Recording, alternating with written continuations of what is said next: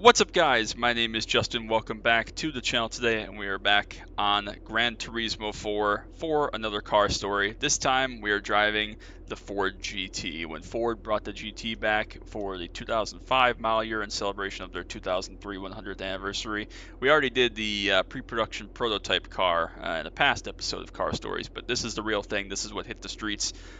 Sometimes all over the world, had some good times, some bad times, but let's do it in the launch here. This gorgeous mid-engine V8 from Ford, and we'll talk about it.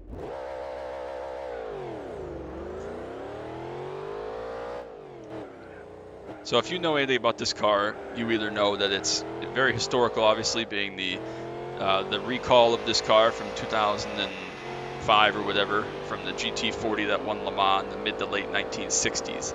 And this was kind of the cumulative effort of a lot of hard work, a lot of development, a lot of design. And obviously a very special car. We talked about the prototype pretty extensively in the past episode, but this car, of course, had the production 100 in the left front headlight. As you can see there, it's the right side of your screen here as we're looking back at it, but that's the left front headlight, obviously. Says 100, and obviously the other side says 001, which doesn't really work, but it says 100 to commemorate 100 years of Ford from 1903 to 2003, and obviously this car was 2005 and 2006 model. But just an incredible car. I've heard it be described similar to the Ford Shelby Mustang of the era, like the GT500 from 2007-ish, and it feels like that. But obviously, the presence of this car is far superior. This is Doug DeMuro's favorite car. It's one of Rob Ferretti's favorite cars, and it's definitely a very special car. Of course, this car is also pretty notable for only having 4 options. I'm gonna try to think. You could get different wheels. You could get stripes. You could get, I don't remember what the other options were, maybe a stereo and something else, but carbon brakes, I don't remember. I'm not a Ford GT expert, but definitely a special, cool car, and obviously a huge part of American culture, and especially car culture.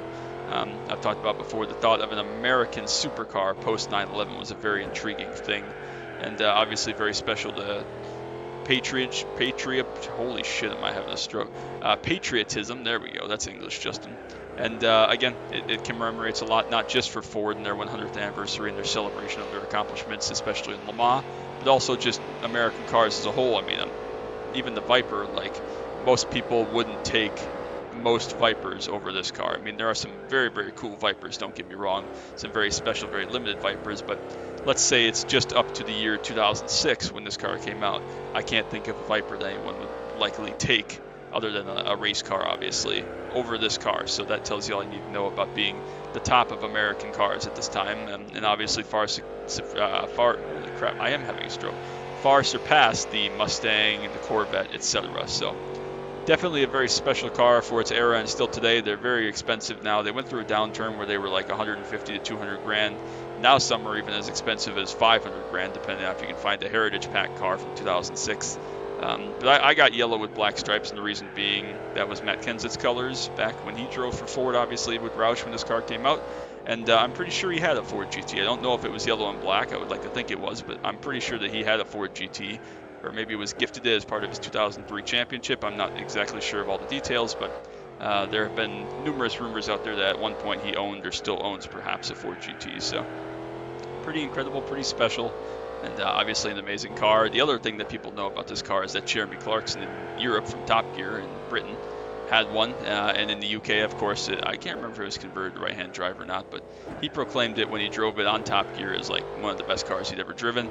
Decided to purchase one, and there were numerous delays, numerous failures, numerous things that had to be fixed due to his in the UK and in Britain having a alarm on the car and all sorts of other stuff that went into it, but eventually he did not keep the car because of all the issues it had, but still looks upon it fondly to this day. And obviously, again, no matter who it is or who you like to think about, the fact that Doug DeMuro loves it and someone Rob Ferretti loves it, and they're two very different personalities, that tells you all you need to know. It's a pretty special, pretty incredible car. It's not at the top of my list by any means, but again, if someone offered one to me or asked me to drive it, I would not say no, of course. Just an incredible car. Manual transmission, something like this can never really be replicated. We saw that in the newest Ford GT from the past several years, that they went much more race car design, much more race car for the street with a multiple clutch automatic transmission, not torque shifter, obviously, torque converter, but the manual transmission all but dead, especially in sporty cars. So Unfortunately, a car like this will never quite be replicated, but that's a good thing because it keeps it special, it keeps it unique, and again, keeps the values up. So a lot of these can still be had for less than $250,000, but considering there was a while there where a wrecked car or a salvage car was like 100 grand, obviously even you could take a salvage car today and pay 100 grand for it and you'd still have made money even though it was a salvage car all these years later. So very, very special car, an incredible time anytime you get to see one, incredible to ride in, I'm sure, drive one someday, hopefully I'll get that chance, but just a very, very cool car, a very special car, and obviously stands for a lot, not just for Ford, but for American cars as a whole. So hope you enjoyed it, hope you appreciate this car, hope you go back and watch if you haven't already seen the Ford GT concept video car story that we did several weeks ago now. And let me know your thoughts. Do you like this car? Do you dislike this car? Why? How do you feel about this car, not just as a car, but in its standing of American car and symbolism and patriotism?